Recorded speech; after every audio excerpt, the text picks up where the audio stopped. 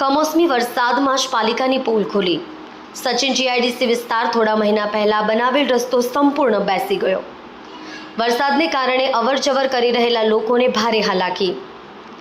રસ્તો બેસી જવો અને સંપૂર્ણ રસ્તા પર ખાડાઓનું સામ્રાજ્ય જોવા મળ્યું. તંત્રની બેદરકારીને કારણે લોકોને હાલાકી. સારો રસ્તો બનાવવાની માંગ સ્થાનિકો દ્વારા કરવામાં આવી. મોટા મોટા ટ્રકો પસાર થતા હોવાને કારણે રસ્તો બેસી જઈ રહ્યો છે.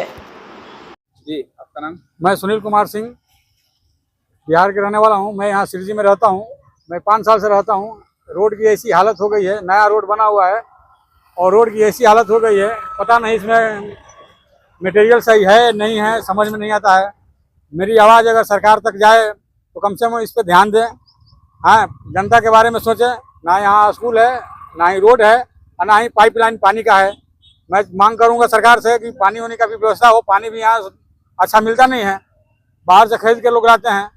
तो हम यहाँ रहते हैं, सरकार के माध्यम से ये कहना चाहेंगे कि यहाँ पर राशन कार्ड, वोटर लिस्ट सब कुछ बनना चाहिए, ताकि सरकार को सहयोग हम करें और सरकार हमको सहयोग करे। Thank you.